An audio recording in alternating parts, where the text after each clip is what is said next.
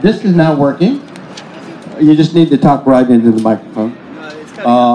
I first met D.L. Lang when she hosted an aphrastic poetry reading in Vallejo. And it was kind of fun because there was supposed to be a reading of a variety of poets. And she was one of the poets that had been signed up to read, but she didn't show up. But we had the poem that she was supposed to read, and Tom Stanton asked me to read it with him.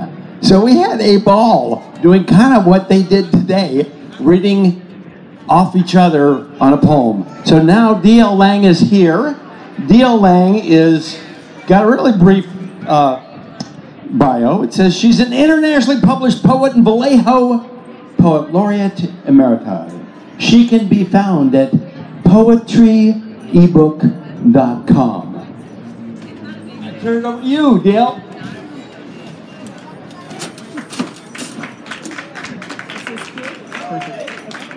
Hi everybody, it's wonderful to be back here in Berkeley. Y'all having fun? Alright, this first poem is called American Dream. I dream an America that recognizes its past failures and chooses to learn from them rather than sweeping them under the rug and gaslighting those who speak the truth. I dream an America truly by, of, and for the people, that serves the best interests of all of her people, teaching respect for all rather than perpetuating inequity. I dream of an America where our basic needs are met, whether we are young or old, battling illness or able to work.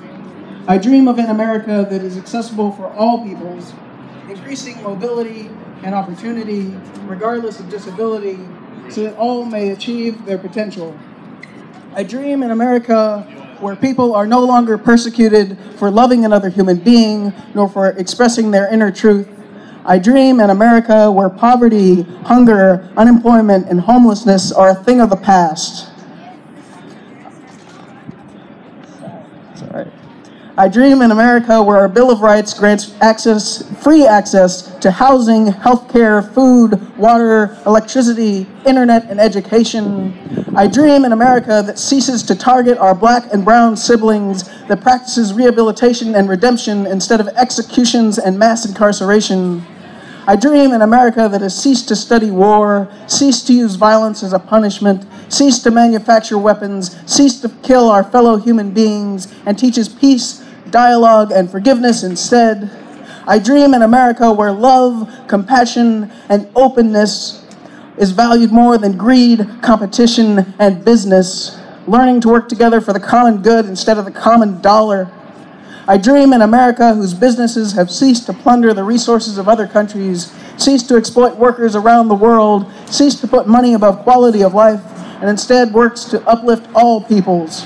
I dream an America that cares about her planet, treating our Mother Earth and all of her residents with dignity, respect, and care. I dream of an America that I have never seen. One day it shall no longer be a dream.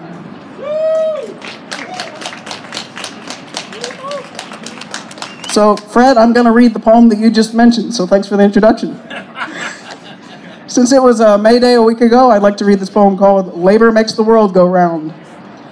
Without workers, the world would bear no fruits. They rise before sunrise to greet the day with waffles, coffee, and orange juice. As the clock spins round, they toil and trudge. Their efforts light the fire that fuels a dream and the hope that one day it might finally be over. For through the workers' eyes, the truth is seen. Workers are the backbone of the world, holding all of society upon their backs. Without the spinning of labor's gears, this world would surely cease to turn. If they might all day use their power, stand together and refuse to cower, cease creation for such low wages, it would be a strike built for the ages, just like in history's storied pages. And to those that came before, we say thank you on this May Day, for without the workers' sacrifice who fought no matter what the price, we would not have as many rights. If every man would yearn to learn, her unjust systems would start to burn, and a better world could be formed, serving the entire rainbow of humanity, a world the workers have surely earned, a just world built for every heart and mind, that peaceful world we have yet to find.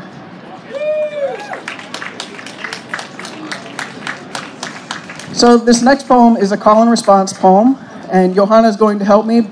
But when I raise my fist, I would like you guys to yell, "We march." Can we try it? We march! Awesome. It's called "A Blessing for the Women Who Pray with Their Feet." It has gotten so tough that we mothers, sisters, daughters, and wives have declared enough. And so we rise to march against the lies. For we are the women who pray with our feet. We will cling to hope and never see defeat. It is time to stop following someone else's definition of what is ladylike and march forward with all of our might towards the sound of our heartbeats as they unite in a chorus of truth that rings out in the night, declaring, "This is what I believe is right." We women stand together, crying out against this hatred. While some seek to roll back the clock, we know there is a better world to be unlocked. We will build our world on love and justice. And ladies, now is the time for the dawning of this new day. Until all hatred vanishes from this world, so that all women are treated with respect, no matter her class or age, religion or orientation, national origin or race. We march! Until no woman goes to bed feeling thirsty nor hungry, nor remains homeless in this or any country. We march! Until a woman is no longer judged by the size of her waist, or if there's makeup on her face, but by her courage, her dignity, her wisdom, her kindness, and her grace. We march! Sorry.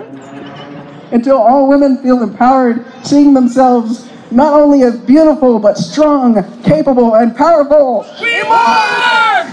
Until a woman's right to choose when she has a child becomes her choice alone. We march! Until a woman's health care is not seen as a luxury, but a guaranteed necessity. We march!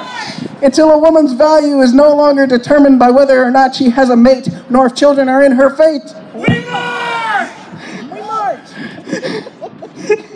Until all women are guaranteed an education, no matter her financial situation. We march! Until mothers are no longer judged on whether they choose to have a career or choose to stay at home with their kids. We march!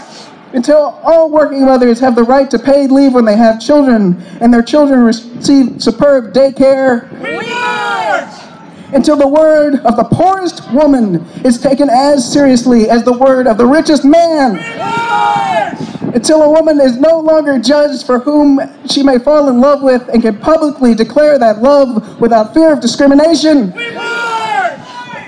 Until all trans women are seen as one of us and accepted as equals by every single one of us. We march!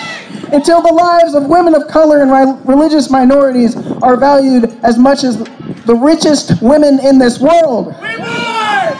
Until all women are safe from violence, survivors are listened to instead of silenced, and the perpetrators are given justice, not promotions. We march! Until all nations dismantle their weapons of war, and gunfire no longer sounds in our streets, nor any of the places we choose to meet, so that not one more mother need cry for the loss of her children anymore. We march! Until all men decide to join with us in solidarity, recognizing that every human being deserves respect and full equality, not only on paper, but in practice. We march!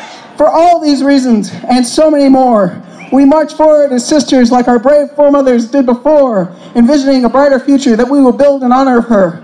A world our foremothers only dreamed of is within our daughters' reach, but for this we must continue to teach, and for this, we march! Thank you! No, I'm done. Not yet. We have one more. Thank you. We march!